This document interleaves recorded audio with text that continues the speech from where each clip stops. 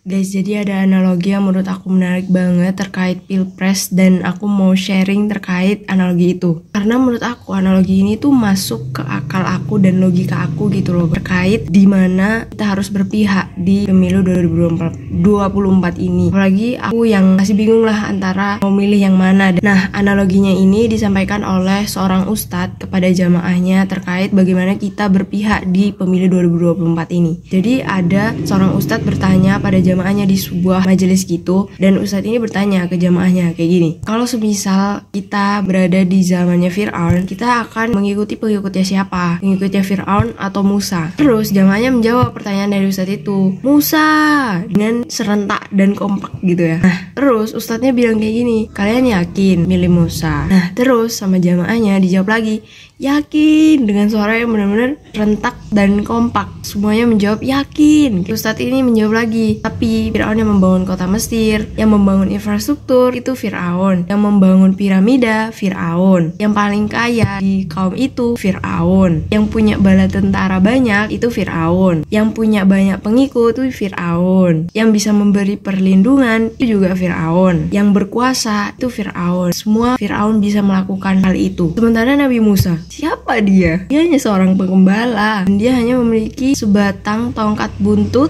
Terus saat ini balik bertanya pada jamaahnya, kalian masih yakin mengikuti Musa bukan Fir'aun? Jamaahnya diam 1000 bahasa.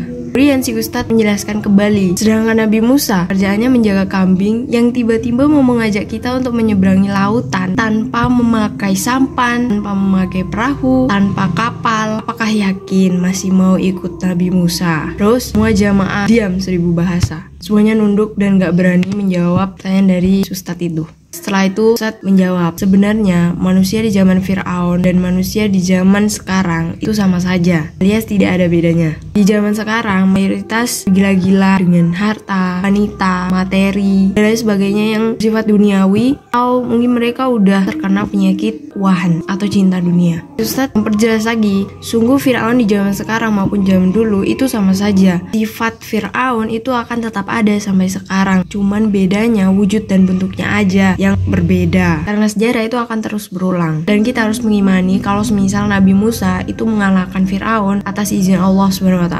Dapat disebutkan bahwa siapapun yang nantinya akan menjadi pemimpin itu udah tertulis di Lauhul Mahfud, dan Allah pasti akan mencatat siapa kita akan berpihak kayak gitu. Belajarlah dari kisah burung pipit dan cicak ketika melihat Nabi Ibrahim itu bakar hidup-hidup. Apa usaha burung pipit dan apa usaha cicak gitu kan. Cicak ini melihat bahwa burung pipit ini terus bolak-balik membawa air untuk menyirami api kobar ya. Terus si cicak ya ketawa-ketawa lah, ngapain, gak bakal mati, udahlah. Terus pipit ini bilang, gak apa-apa, sungguhnya Allah mengetahui dimana aku berpihak. Jadi dengan kisah ini kita tahu gitu loh guys, dimana kita harus berpihak gitu untuk pemimpin yang mana. Oke, segitu aja. Sekian, semoga bermanfaat.